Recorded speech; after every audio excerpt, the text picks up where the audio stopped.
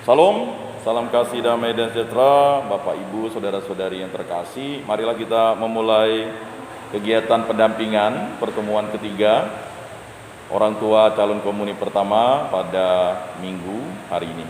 Mari kita membuka dengan doa. Dalam nama Bapa dan Putra dan Roh Kudus, amin.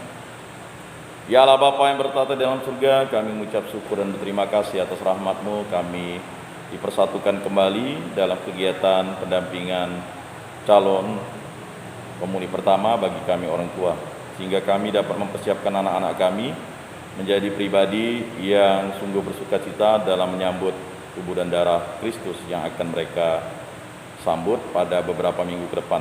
Berkatilah kami para orang tua agar kami dapat menjadi contoh teladan yang baik bagi putra-putri kami dan membimbing putra-putri kami seturut kehendak-Mu, karena itulah makna sakramen perkawinan yang telah kami dapatkan dalam janji perkawinan kami yang dipersatukan oleh Dikau. Ya Bapa, berkatilah kegiatan ini agar berguna bagi tumbuh kembang iman kami, bagi anak-anak kami, bagi lingkungan kami, bagi umat kami, dan juga bagi perkembangan cinta kasih Yesus Kristus di muka bumi ini.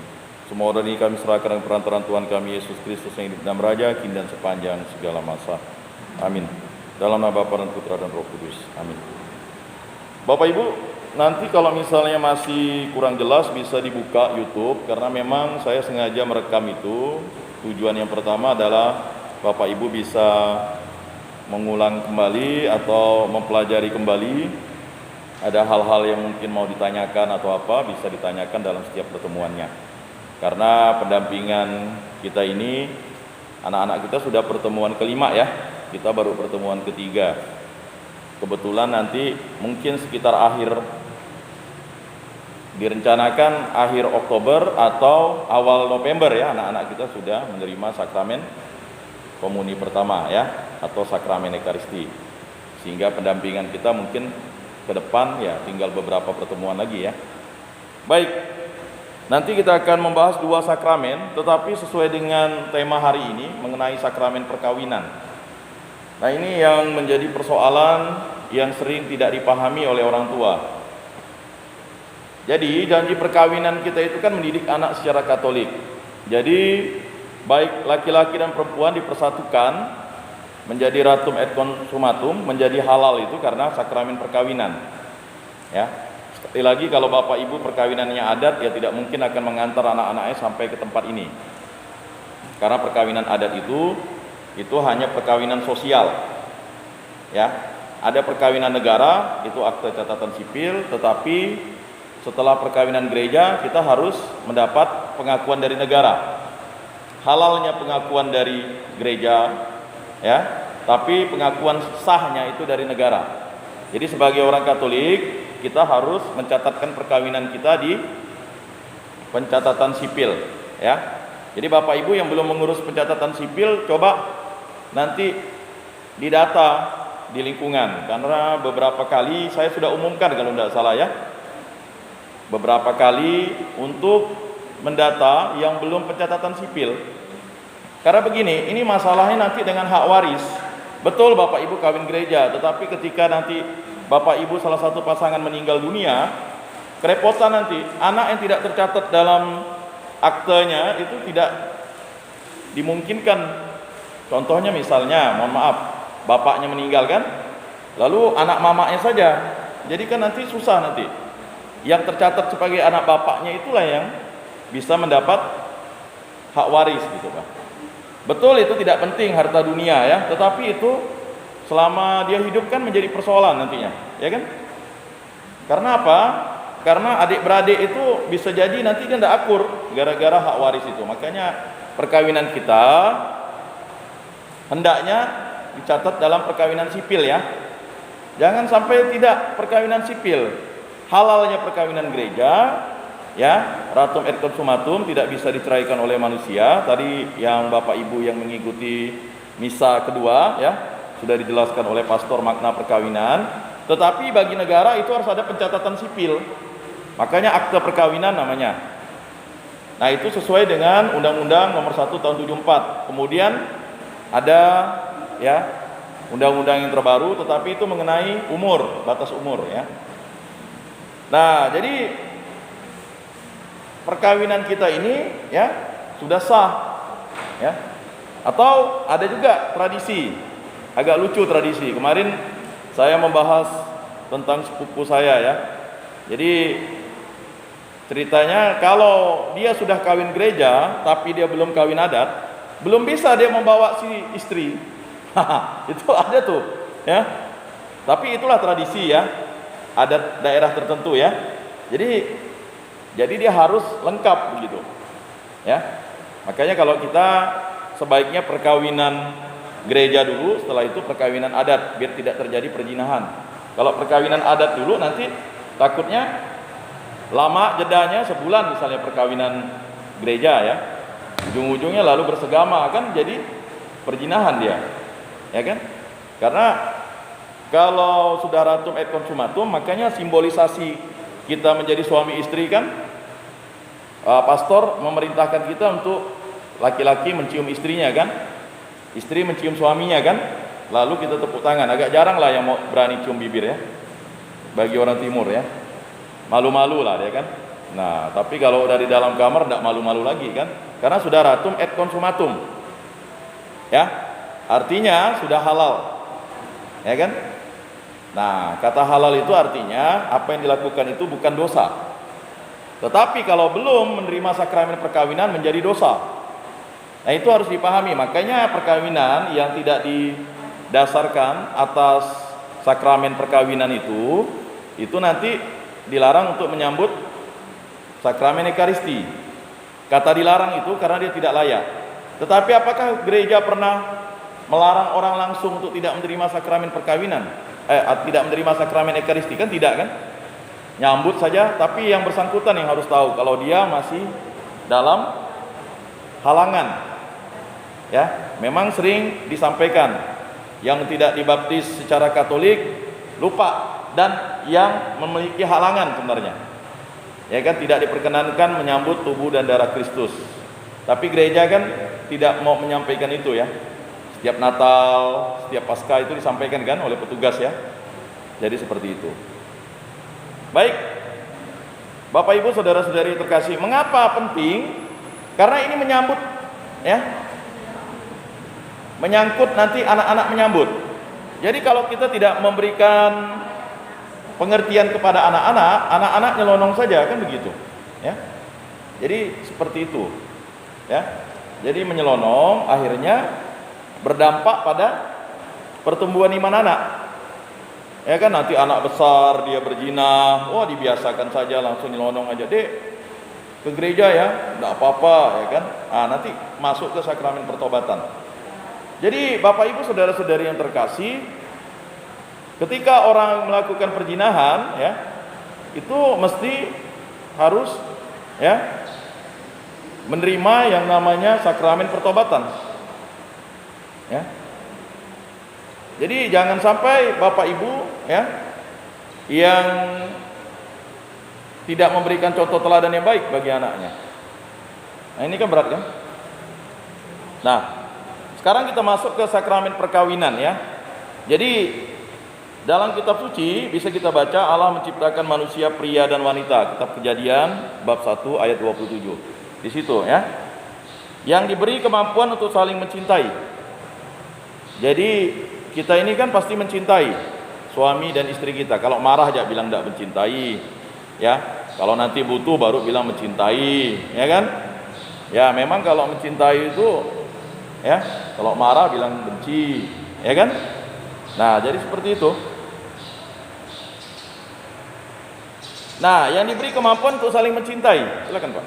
Nah jadi Bapak Ibu, jangan sampai kita tidak mencintai istri kita. Dasar perkawinan itu adalah cinta, ya. Jadi Bapak Ibu, buah cinta Bapak Ibu adalah anak-anak.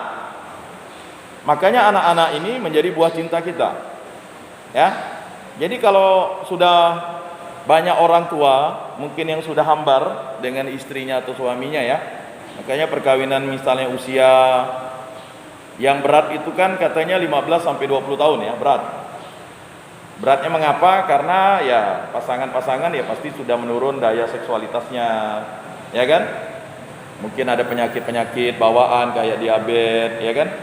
ketidakmampuan untuk bersegama. Ini kan kemampuan-kemampuan yang sebenarnya nanti bisa membuat, terutama kan perempuan sudah menurun daya seksualitasnya ya. Biasanya ke perempuan kalau udah usia perkawinan ya sekitar memasuki 15 itu sudah lebih pada hanya memberikan semacam ya kebutuhan ya bagi suaminya, tidak lagi merasakan sesuatu yang sama ya. Ya memang seperti itulah kan. Paling sesuatu yang samanya mungkin karena kebersamaan saja kan. Ya kan? Makanya dasar perkawinan kita diikat kuat oleh sakramen perkawinan. Pastilah Bapak Ibu merasakan kehambaran begitu ya.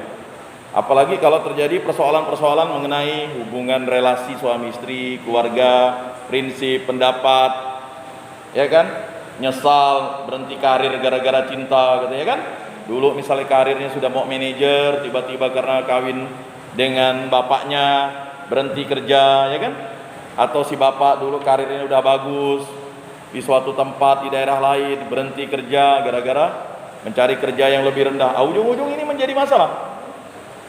Kemudian status pendidikan. Pendidikan juga sekarang menentukan. Kalau mohon maaf misalnya si istrinya tamat SD, si suami S1, lalu istri minder kan? Minder. Si suami juga minder, tidak mau bawa. Nah, ini sering terjadi. Jadi persoalan pendidikan ini juga repot. Ya, awalnya lihat cantiknya saja kan begitu. Wah, ini cantik nih, ya kan? Tapi hanya tamat SD atau tamat SMP, si suami S1, S2 misalnya. Ya kan? Ngomong tidak nyambung misalnya ya.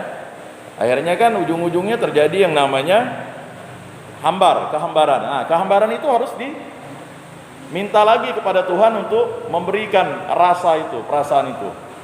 Nah, bagaimana mempertahankan rasa itu kalau kita tidak menerima sakramen perkawinan?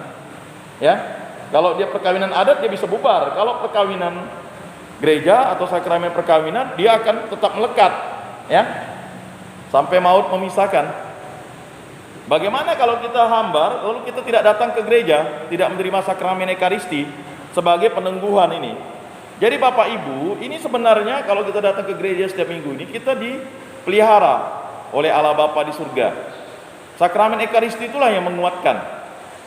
Ya, jika sudah ingin menyeleweng, terima sakramen Ekaristi, kita kan merasa berdosa kan? Makanya kan ada doanya tuh. Ya Tuhan, saya tidak pantas Tuhan datang pada saya, tetapi bersabdalah saja maka saya akan sembuh kan? Sembuh.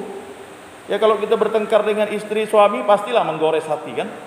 Apalagi sudah menyangkut privasi keluarga, privasi suku, ya ujung-ujungnya kan jadi persoalan dan bisa sampai ya pertengkaran kecil bisa mengakibatkan pembunuhan. Ya kan? Nah, ini bisa berdampak bagi pertumbuhan nanti anak. Maka hati-hati anak-anak bisa trauma untuk misalnya dia lebih baik dia hidup sendiri saja ya. Bisa jadi pertengkaran suami istri mengakibatkan anak trauma, tidak mau lagi ya membentuk rumah tangga. Nah, makanya makna sakramen perkawinan itu begitu penting. Sehingga tidak mungkin menciptakan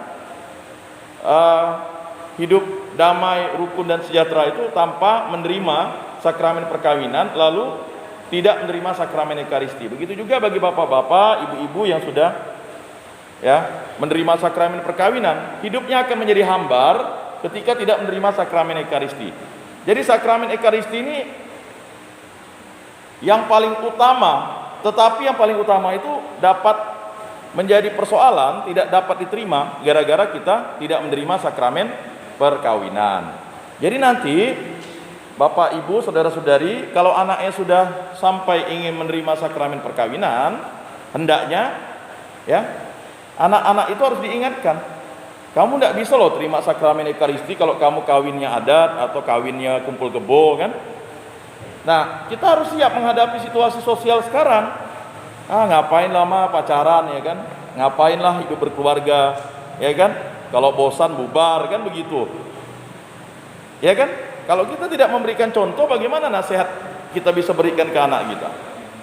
Kita tidak boleh lagi ya mengatakan, oh tak mungkinlah terjadi di keluarga kita. Siapa bilang? Persoalannya kita menjaga anak kita baik, apakah lingkungan menjaga anak kita baik enggak? Ya kan? Pergaulannya baik enggak begitu? Kita kan tidak bisa melihat anak kita. Ya kan? Dampaknya kan lingkungan rumah, ya, artinya lingkungan keluarga, kemudian lingkungan tempat tinggal, kemudian lingkungan sekolah, ya kan? Lalu lingkungan masyarakat. Ya kan? Kita tidak bisa lalu mengatakan anak kita, "Nak, ya kan? Dari sekarang sudah kita berikan nasihat, nanti kalau kamu kawin, ya kan? Harus mencari yang seiman ya, biar mudah." Ya kan? Yang seiman ya bisa jadi tak mudah, karena apa? Karena salah satunya mungkin imannya sudah retak, kurang kan? Atau masalah perselingkuhan, ya kan?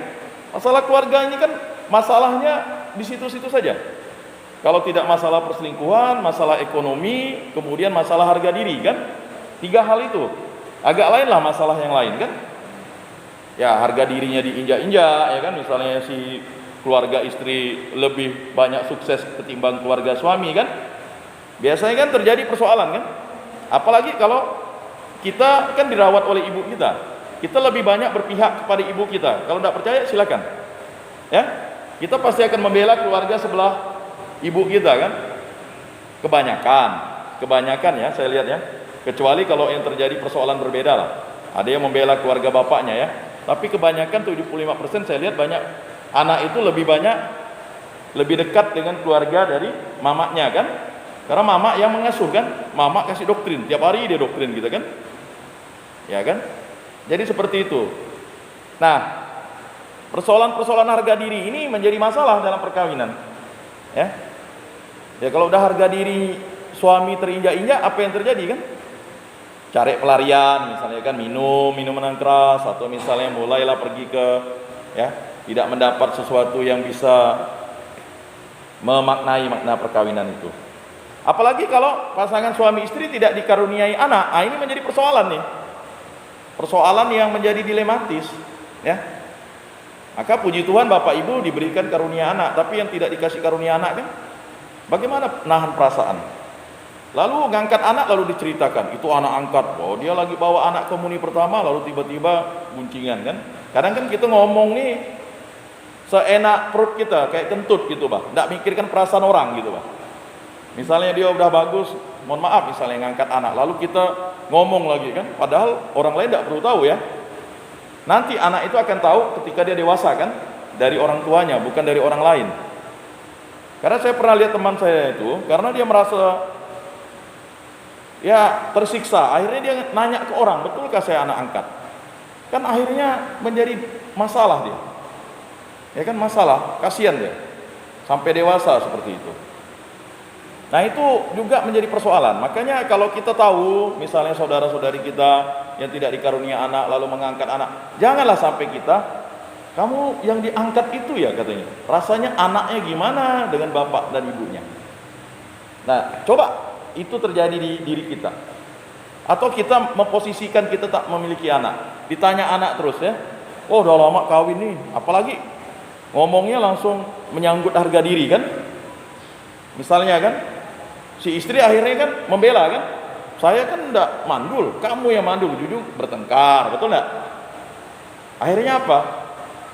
Dampak itulah yang mempengaruhi perilaku hidup perkawinan kita ya. Maka jangan heran anak ini lalu melakukan yang namanya pemberontakan, perlawanan. Dia tidak mau ke gereja, tidak mau terima sakramen Ekaristi, karena dia melihat makna perkawinan bapak ibunya itu rusak begitu Pak. Ya kan? Apalagi dirusak, ya mohon maaf misalnya. Kalau pertengkaran itu biasalah ya. Tapi kalau sampai perselingkuhan, ya kan? Si anak juga tidak akan memberikan pandangan yang positif, atau dia tidak akan memaafkan kita. Kalau tidak percaya, boleh tanyakan kepada keluarga-keluarga yang sudah retak gitu ya. Yang sudah retak ya. Dia tidak akan bisa, anak itu walaupun kita kasih makna perkawinan yang dalam pun, contoh makna tentang keperawanan dan keperjakaan, ini kan repot nih. Ya kan? Ini kan menjadi sesuatu. Mengapa sih keperawanan dan keperjakaan menjadi sesuatu yang mutlak bagi gereja Katolik? Ya karena kemurnian itu. Ya. Betul ada pertobatan, tetapi kan kita harus preventif, pencegahan kan. Anak-anak sekarang kita tidak tahu kan. SMP, SMA ya, yang laki-laki, apalagi media sosial sekarang ya. Ya silakanlah kalau tidak percaya. Twitter buka, silakan keluar ya. Yang paling laku di internet itu adalah situs porno. Makanya pelaku-pelakunya itu ya. Kemarin waktu saya tonton tentang film dokumenter anak-anak yang di Amerika itu, ngapa dia mau jadi pelaku film porno? Bukan hanya masalah ya, karena yang pertama masalah keluarga dia bilang. Yang kedua karena masalah ekonomi. Mudah menghasilkan uang dan mudah tenar. Nah, ini bentengnya apa lagi? Ya. Dan ini tidak bisa kita lalu menutup mata ya. Nah, tolong orang tua, kalau anak sudah tidak mau ke gereja itu berarti sudah ada sesuatu yang merusak imannya itu. Ya kan? Kalau dulu misalnya orang bilang film kartun ya, zaman kami dulu film Doraemon ya. Doraemon, ya kan? Jadi tidak mau ke gereja, hanya mau ke gereja itu misa pertama. Ya kan? Berebut tugas misdinarnya misa pertama begitu, sampai bertengkar-tengkar, berkelahi gara-gara nonton Doraemon. Nah, kalau sekarang anak-anak ya kan? Dia permisif. Ya. Masih syukur dia mau misa live, misa online kan? Tapi online-nya bukan online itu. Lebih banyak dihabiskan waktu anak-anak kita untuk nonton hal-hal yang sifatnya kekerasan, yang sifatnya menumbuhkan rasa jauh dari gereja dan sebagainya. Nah, kalau orang tua tidak memberikan pemahaman, ya kan, bapak ibunya malas ke gereja, anaknya pasti malas ke gereja. Bapak ibunya rajin ke gereja, belum tentu anaknya rajin ke gereja. Ada faktor lagi penghambatnya. Nah, ini penting bagi kita anak-anak calon komuni pertama untuk mendapatkan pendampingan itu terus menerus. Ya kan, misal manggilnya kan mungkin masing-masing ada yang manggil Bang, Dek, Kak, ya enggak?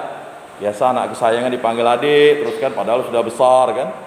Ya itulah namanya orang tua kan. Orang tua ini kadang kan pilih kasih. Ya kan? Yang mana dekat dengan mamanya, yang suka bantu mamanya nanti Dek, Kak, Bang kan. Nah, kalau yang merasa besar dipanggil Bang kan begitu. Kan tidak mungkin kita tidak mengingatkan anak kita untuk tidak ke gereja ya. Jadi misalnya dia merantau, ya kan? Hari Minggu sudah ke gereja, tidak Kak, Bang, kan begitu. Jangan sampai kita terkena dosa kelalaian gitu, Bang. Lalai mengingatkan anak untuk pergi ke gereja dan sebagainya. Ya. Inilah dukungan orang tua, bukan hanya pada saat calon komuni pertama ini datang, ya kan? Tiba-tiba lihat waktu, tidak ada waktu dengarkan orang, ya kan? Coba Bapak Ibu tenangkan diri Bapak Ibu 1 jam lah, ya, untuk memberikan kesempatan kita, ya kan, dekat berelasi dengan Tuhan kan. Kita datang ke gereja ini kan untuk berjumpa dengan Tuhan. Ini rumah Tuhan, ya. Apakah kita tidak mampu 1-2 jam kan?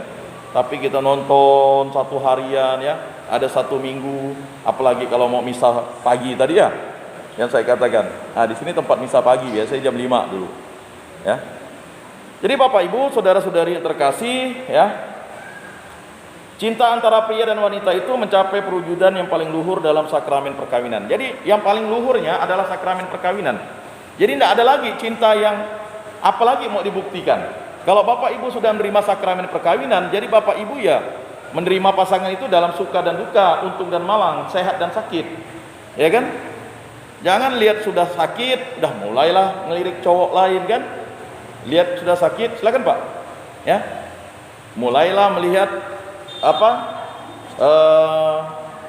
cewek lain, cowok lain kan? Mulai curhat, ya. Jadi persoalan ini menjadi dilematis. Jadi kita sebagai orang tua, ya, yang mensupport anak kita ya menjadi persoalan, kendala. Kita sendiri ada masalah dengan suami, kita sendiri ada masalah dengan istri, ujung-ujungnya anak kan tidak kita lihat pertumbuhan imannya, ya kan? Kemudian ya dalam situasi sekarang. Sebab dalam kehangatan cinta sebagai pasangan suami istri terungkaplah hakikat Allah pencipta sendiri. Allah itu kasih. Jadi Bapak Ibu yang memberikan bekal suci ini sebagai alat ya, yang memberikan bekal suci itu adalah Tuhan Yesus.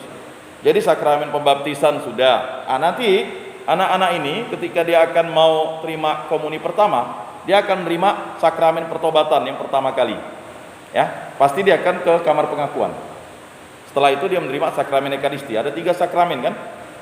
Nah, kemudian nanti kalau sudah kelas 6 atau mungkin setahun atau 2 tahun lagi ada sakramen Krisma di gereja kita kembali, karena sakramen Krisma udah ya kemarin ya di sini. Nah, sakramen Krisma. Jadi ini harus kita bimbing juga anak kita. Jadi 3 sakramen, sakramen baptis, sakramen Ekaristi dan sakramen Krisma, ini sakramen inisiasi. Sudah lengkap lah menjadi Katolik sejati itu. Ya kan? Nah, selanjutnya kita bimbing anak kita untuk sakramen perkawinan. Kalau dia nanti memilih menjadi pasangan suami istri atau bapak ibu ya. Kan begitu. Jadi udah 5 sakramen. Lalu kalau nanti anak sakit parah, kan kita harus sebagai orang tua inisiatif.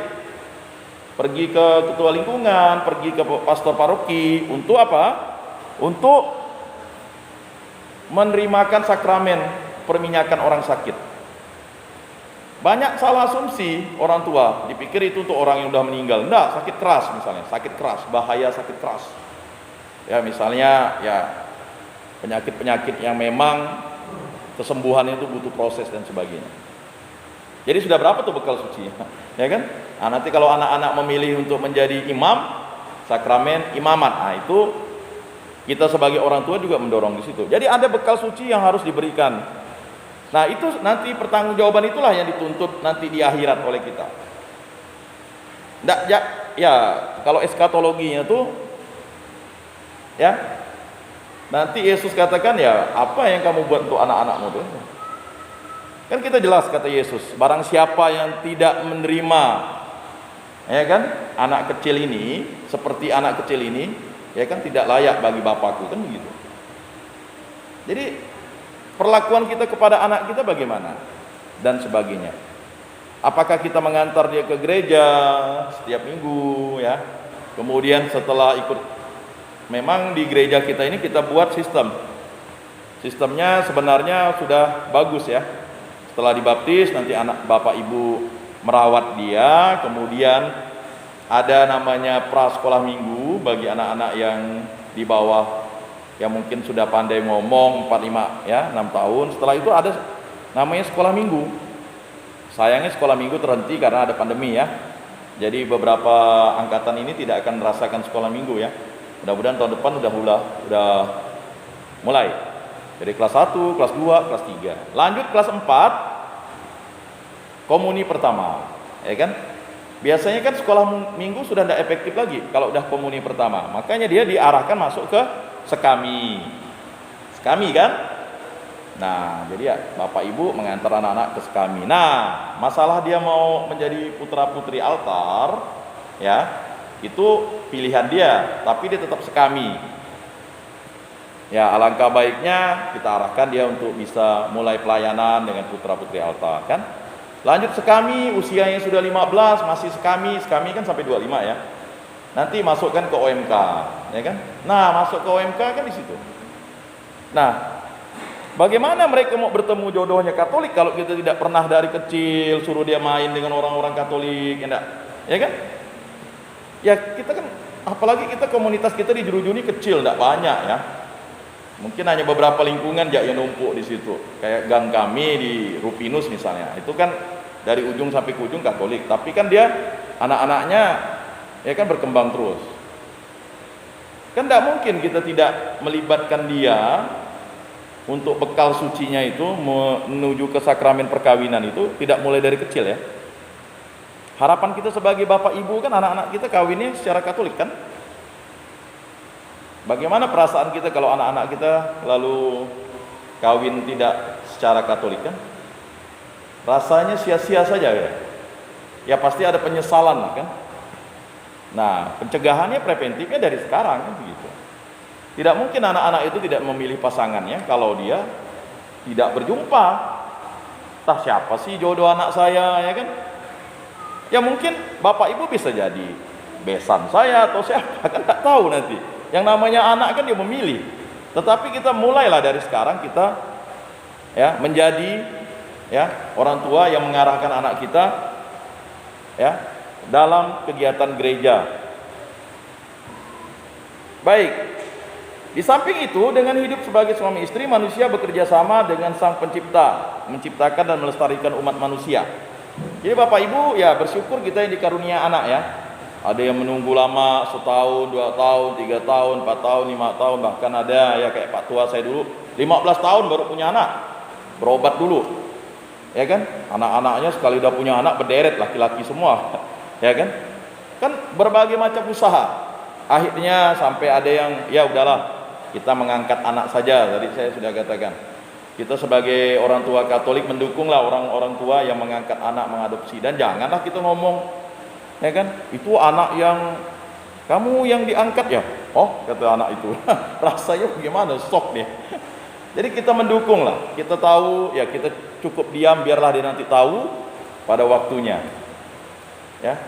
Mungkin Bapak Ibu ada yang juga yang mengangkat anak dari saudaranya. Ya puji Tuhan kalau punya kelebihan ekonomi. Tapi jangan mengangkat anak hanya untuk pancingan. Sekali anaknya yang kandung sudah banyak, anak yang pancingan itu ditelantarkan pendidikannya. Ini tidak bisa. Karena memang tujuan perkawinan itu untuk memperoleh keturunan. Tetapi ada juga yang tidak bisa memperoleh keturunan karena dia faktor biologis. Misalnya rahimnya diangkat, kista ya. Kalau pabriknya sudah tidak berproduksi bagaimana? Kan tidak bisa cari pabrik lain kan? Ya kan begitu. Nah, jadi Bapak Ibu saudara-saudari yang terkasih, sebagai orang Katolik kita meresmikan perkawinan dalam suatu upacara suci dalam sakramen perkawinan. Nah, memang kita jarang sekali kayak materi minggu lalu. Jarang kita merayakan hari baptis anak kita kan? Padahal itu penting. Hari baptis anak kita tuh.